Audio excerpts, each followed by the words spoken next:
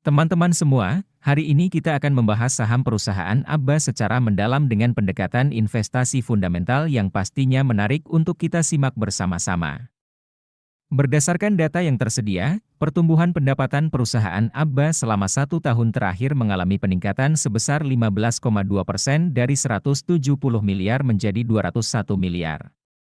Namun, jika kita melihat rata-rata pertumbuhan pendapatan tahunan, CAGR, selama 5 tahun terakhir, perusahaan ABBA mengalami penurunan sebesar minus 1,2%. Hal ini menunjukkan bahwa meskipun dalam 1 tahun terakhir pendapatan meningkat, namun secara historis pertumbuhan pendapatan perusahaan ABBA masih belum stabil. Pada sisi laba bersih, perusahaan ABBA mengalami peningkatan sebesar 40,9% dalam 1 tahun terakhir, dari 31 miliar menjadi 52 miliar. Namun, jika kita lihat rata-rata pertumbuhan laba bersih tahunan, CAGR, selama 5 tahun terakhir, perusahaan ABBA mengalami peningkatan sebesar 7,7%. Meskipun laba bersih masih menunjukkan angka negatif, namun tren pertumbuhan laba bersih perusahaan ABBA masih cukup baik. Dari sisi profitabilitas, perusahaan ABBA mengalami penurunan pada gross profit margin, dari 42,2% menjadi 29,5% pada tahun ini. Sementara itu, net profit margin juga menurun dari minus 18,2% menjadi minus 26,1%. Hal ini menunjukkan bahwa profitabilitas perusahaan ABBA masih belum optimal. Jika kita melihat dari sisi return on asset, ROA, dan return on equity, ROE, perusahaan ABBA juga mengalami penurunan.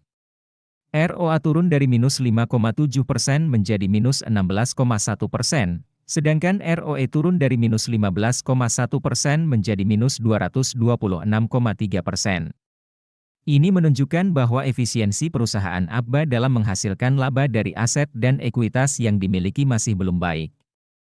Dari sisi kesehatan keuangan, perusahaan ABBA memiliki debt-to-equity ratio, DER, yang meningkat dari 0,1 kali menjadi 0,9 kali. Ini menunjukkan bahwa perusahaan ABBA memiliki leverage yang cukup tinggi, sehingga perlu diperhatikan agar tidak membebani kinerja keuangan perusahaan. Jika kita meninjau dari skor kerangka investasi fundamental ala Warren Buffett, perusahaan ABBA memperoleh 1 poin dari total 6 poin. Ini menunjukkan bahwa secara fundamental, perusahaan ABBA masih belum memenuhi kriteria investasi yang baik. Untuk melihat lebih detail, kalian bisa download aplikasi investor yang linknya ada di deskripsi. Jangan lupa tinggalkan komentar untuk saham yang akan kita analisis selanjutnya, ya. Nah, setelah kita membahas berbagai aspek kinerja keuangan perusahaan ABBA, saatnya kita masuk ke tahap yang paling ditunggu-tunggu, yaitu valuasi.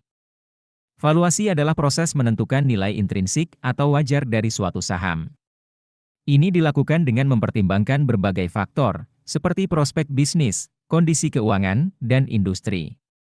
Margin of safety adalah selisih antara nilai wajar saham dengan harga pasar saat ini.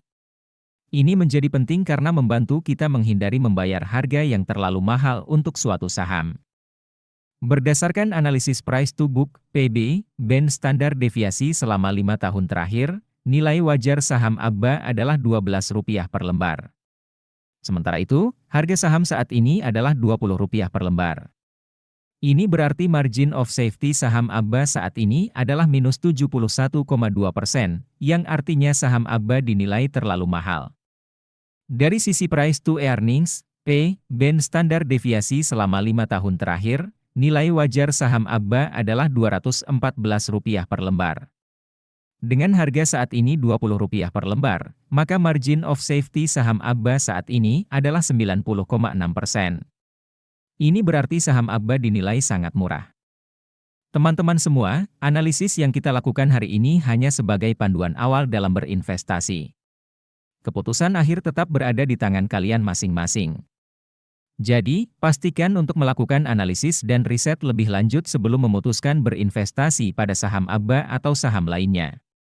Semoga informasi yang saya berikan hari ini bermanfaat bagi kalian. Sampai jumpa.